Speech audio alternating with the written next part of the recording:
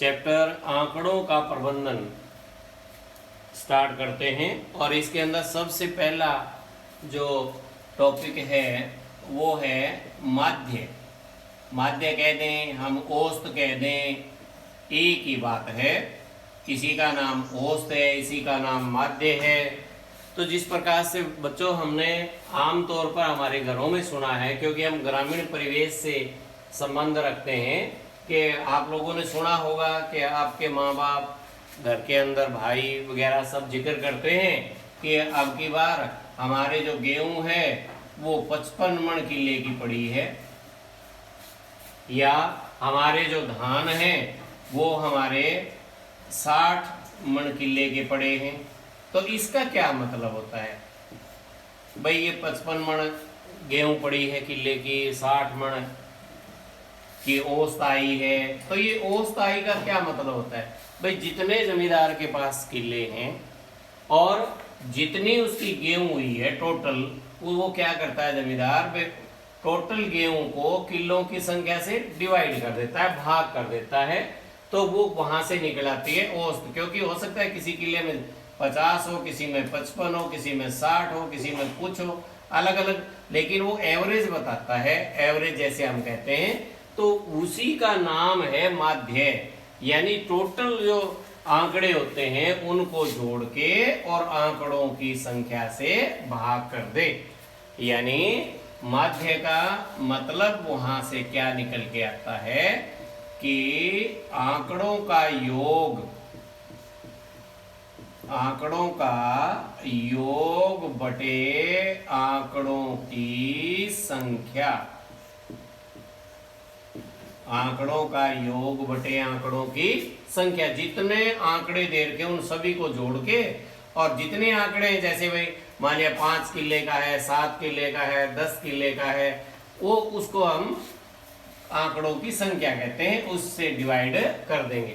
जैसे हम हमारी पढ़ाई से संबंधित, जैसे हमारा फर्स्ट एग्जाम्पल है कि आशीष नाम का जो लड़का है, आशीष ने पहले तो शुरू के दिन 4 घंटे पढ़ाई करी, अगले दिन 5 घंटे पढ़ाई करी, और फिर उसने 3 घंटे पढ़ाई करी। ये 3 अलग अलग टाइम दे दिए 3 दिन का, कि पहले दिन वो 4 घंटे पढ़ता है, अगले दिन 5 घंटे पढ़ता है, और फिर उससे अगले दिन 3 घंटे पढ़ता है। तो कुल समय कितना लगाया उसने? कुल समय तो शुरू के दिन 4 घंटे, फिर 5 घंटे, और फिर 3 घंटे। तो 4 और 5 9 और 3 12। टोटल पढ़ाई उसने कितने घंटे कर ली? 12 घंटे कर ली। और कुल दिन कितने लगे? तो ये पहले दिन 4 घंटे, दूसरे दिन 5 घंटे, तीसरे दिन 3 घंटे, यानी कुल दिन कितने लगे? 3। कुल दिन बराबर 3। तो माध्य या औसत तो क्या होगा कि कुल समय बटा कुल दिन। कुल समय बटा कुल दिन। कुल समय 12, कुल दिन 3, 3 से डिवाइड कर देंगे 4 पे, तो क्या आ गया? उसकी पढ़ने की जो औसत है वो आ गई 4 घंटे। यानी देखो 4 घंटे पर डेली तो नहीं पढ़ा, शुरू वाले दिन 4 घंटे पढ़ा, अगले दिन 5 घंटे पढ़ा, उससे अगले दिन 3 घंटे पढ़ा। लेकिन हमने जब औसत निकाला तो इन सभी को जोड़ के और 3 से हमने डिवाइड कर दिया, तो एवरेज क्या आ गई उसकी? 4 घंटे की उसकी औसत आ जाती है। तो ये इस तरह से हम पहला उदाहरण कर सकते हैं। अब सेकंड जैसे कहता है कि एक बल्लेबाज है। बल्लेबाज समझते हो, बैट्समैन। आप क्रिकेट के शौकीन हो, क्रिकेट के बारे में जानते हो कि एक जो बैट्समैन है, एक बल्लेबाज है, उसने 6 पारियों में 6 मैच लगे। पहले में जैसे 36, दूसरे में 35, फिर 50, फिर 46, फिर 60 और फिर 55। इस प्रकार से उसने रन बनाए। पहले में 36 रन बनाए, पहले मैच में दूसरे में 35 बनाए, तीसरे में 50 बनाए, चौथे में 46 बनाए, पांचवें में 60 बनाए और छठे में 55 रन बनाए। अब पूछता क्या है फिर वो हमारे से, वो कहता है कि पारी में बनाए गए रनों का माध्य बताइए। तो सबसे पहले हम क्या निकालेंगे, कुल रन। कुल रन कितने बने, आप क्या कैसे निकालेंगे, इन सभी को ऐड कर देंगे। 36 + 35 + 50 + 46 + 60 + 55, इन सभी को जोड़ेंगे तो जोड़ कितना आ जाएगा, 282 रन। जैसे 6 और 5 11, 17 और 5 22, असल लगी 2, इस प्रकार से जब जोड़ेंगे तो टोटल रन उसके आ जाते हैं 282। कुल पारी कितनी खेल ली उसने, कुल पारियां तो 1 2 3 4 5 6 पारी खेली उसने। तो माध्य रन या उसका औसत, तो कुल रन जरूरी है फार्मूला लिखना, कुल रन बटा कुल पारियां। तो कुल रन 282, कुल पारियां 6। अब ये कट जाएगा तो काट दीजिए इसको, जैसे 6 चौका 24, बाकी बच गए 4 2 42, 6 से 42, तो कितना 47 रन की उसकी एवरेज आ जाती है। तो इसी प्रकार से नेक्स्ट क्वेश्चन हम करने जा रहे हैं। उसके अंदर तो ये तो था हमारा माध्य से संबंधित। अब इसी के अंदर सेकंड टॉपिक चल रहा है हमारा परिसर। अब परिसर क्या होता है, सबसे पहले हमारे दिमाग में आना चाहिए भी परिसर का नाम आते ही भी क्या निकालना है। हमें इस बात का ज्ञान होना जरूरी है कि परिसर नाम दिया है तो परिसर होता क्या है कि जो आंकड़े दिए गए हैं उन आंकड़ों में जो सबसे बड़ा आंकड़ा है, सबसे बड़ा आंकड़ा, और फिर देखते हैं सबसे छोटा, सबसे छोटा आंकड़ा। यदि सबसे बड़े आंकड़े में से सबसे छोटा आंकड़ा घटा दें तो ये क्या होता है, परिसर। आपको जो संख्या दी गई होगी उसमें सबसे बड़ा आंकड़ा देखेंगे और सबसे छोटा देखेंगे, सबसे बड़े आंकड़े में से सबसे छोटा आंकड़ा घटा देंगे तो ये आ जाएगा परिसर।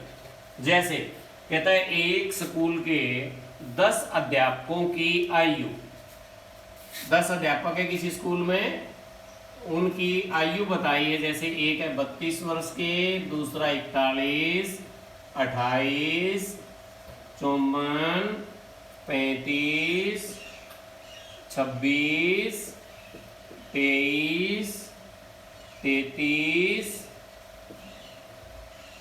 38 और 40। तो ये 1 2 3 4 5 6 7 8 9 10 पूरे। तो ये है कि कोई अध्यापक 32 का है, कोई 41 वर्ष का है, कोई 28 का है, कोई 54 वर्ष का है, 35 वर्ष का है, 26 का है, 23 वर्ष का है, 33 का है, 38 का है और 40 का। ये अध्यापकों की आयु दी गई है। अब पूछता क्या है वो हमारे से, कहता है सबसे बड़ी उम्र वाले अध्यापक की आयु, सबसे बड़ी आयु, सबसे बड़ी आयु इसके अंदर से हम देख लेंगे जो सबसे बड़ा आंकड़ा है। तो देखते हैं सबसे बड़ा इसमें क्या है, 54 है। तो सबसे बड़ी आयु है 54 वर्ष और सबसे छोटी, सबसे छोटी आयु अब इसके अंदर देखेंगे तो सबसे छोटी है 23 वर्ष। तो वो हमारे से पूछता है परिसर बताइए, तो बिल्कुल आसान हो गया, परिसर बताएंगे हम, बड़े से बड़े आंकड़े में से छोटे छोटा घटा देंगे, यानी 54 माइनस 23, 4 में से 3 गए, बाकी 1, 5 में से 2 गए, तो इसका जो परिसर है वो कितना आ गया, 31 वर्ष आ जाता है।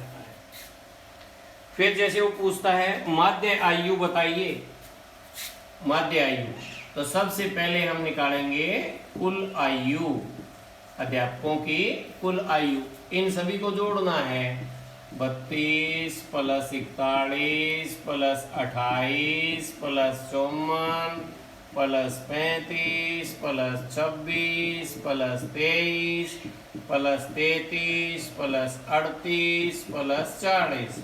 अब इन सभी को ऐड करना है, जोड़ना है। जब आप इन सभी को जोड़ोगे तो जोड़ आ जाएगा 350। तो 10 अध्यापकों की कुल आयु कितनी आ गई, 350 वर्ष। तो कुल अध्यापक कितने हैं हमारे पास, हमारे विद्यालय में कुल अध्यापक हैं जी 10। तो उसने पूछा है माध्य आयु बताइए, तो माध्य आयु क्या लिखेंगे हम, कुल आयु बटा कुल अध्यापक, कुल आयु बटा कुल अध्यापक। तो कुल आयु आई 350 बटा कुल अध्यापक 10, एक जीरो से एक जीरो कट गई, तो भाई कितनी आ जाती है, 35 वर्ष। तो हमारे जो अध्यापकों की औसत आयु है वो आ गई 35 वर्ष। अब इसी तरह का एक क्वेश्चन हम और करते हैं हमारी एक्सरसाइज का, जो कि इम्पोर्टेंट है और ध्यान से हमने करना है उसको। क्या दिया गया है, क्या पूछता है, किस तरह से क्या करना है। तो देखिए, जैसे ये हमारे दिन हैं कि सोमवार, पहले हम डेज लिख लेते हैं, सोमवार, फिर है जी मंगलवार, बुधवार, वीरवार, शुक्रवार, शनिवार, रविवार। अब इनका तापमान दिया गया है, वर्षा दी गई है कि सोमवार को बरसात होती है 0.0 मिलीमीटर, मंगलवार को होती है 12.2 मिलीमीटर, बुधवार को होती है 2.1 मिलीमीटर, वीरवार को होती है 0.0, इसका मतलब बरसात हुई नहीं। शुक्रवार को 20.5 और शनिवार को 5.5 और रविवार को है 1.0। तो ये इतने मिलीमीटर बरसात हुई। तो सबसे पहले जैसे पूछा है इसने कि परिसर बताइए, परिसर का हमें पता लग ही गया भाई, सबसे बड़ा जो आंकड़ा है हम लिख लेंगे सबसे बड़ा आंकड़ा, इसमें सबसे बड़ी संख्या कौन सी है, 20.5 है, तो हम क्या लिख देंगे 20.5 माइनस सबसे छोटी क्या है, सबसे छोटी इसमें 0.0 है तो 0.0, तो 20.5 में से 0 घटाएंगे तो क्या आंसर होगा, 20.5 आंसर हो जाएगा। ये परिसर हो गया, बिल्कुल आसान। फिर इसने पूछा है हमारे से कि मध्य वर्षा बताइए। तो मध्य वर्षा बताने के लिए सबसे पहले हम क्या करेंगे, कुल वर्षा निकालेंगे और फिर कुल दिन निकालेंगे। तो कुल वर्षा, अब इनको यहीं से हम जोड़ लेते हैं कि जब भी आप इनको ऐड करोगे, जोड़ोगे, तो दशमलव की सीध में दशमलव आना चाहिए। यदि आपका दशमलव की सीध में दशमलव नहीं है तो गड़बड़ हो जाएगी। तो हम इनको जोड़ते हैं, 2 और 1 3 और 5 8 और 5 13, 1 2 और 5 7, 7 और 4 11, 1 तो 2 और 1 3 और 1 4, तो ये आ जाता है 41.3 mm बरसात होती है। तो कुल बरसात होगी 41.3 और कुल दिन कितने, 7। तो माध्य वर्षा कितनी हो जाएगी, तो कुल वर्षा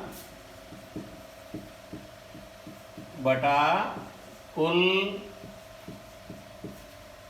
दिन, यानी 42.3/7। अब 42.3 को हम 7 से डिवाइड कर देंगे। 7 से 42 नहीं 41 पॉइंट है, 41.3। तो इसको 7 से जब भाग करेंगे तो 7 पंजे 35, बाकी बच जाते हैं 6, और ये 9 पे चला गया 63, 1 के बाद दशमलव, यानी 5.9 मिलीमीटर वर्षा की औसत आ गई। फिर जैसे इसने पूछा है कि माध्य वर्षा से कितने दिन कम रही, माध्य वर्षा से कम यानी 5.9 है, तो 1 2 3 4 5, तो कितने दिन, 5 दिन कम रही। तो आज इस प्रकार से आपको ये माध्य की जो एक्सरसाइज है 3.1 अच्छी प्रकार से आपको ये कर लेनी है।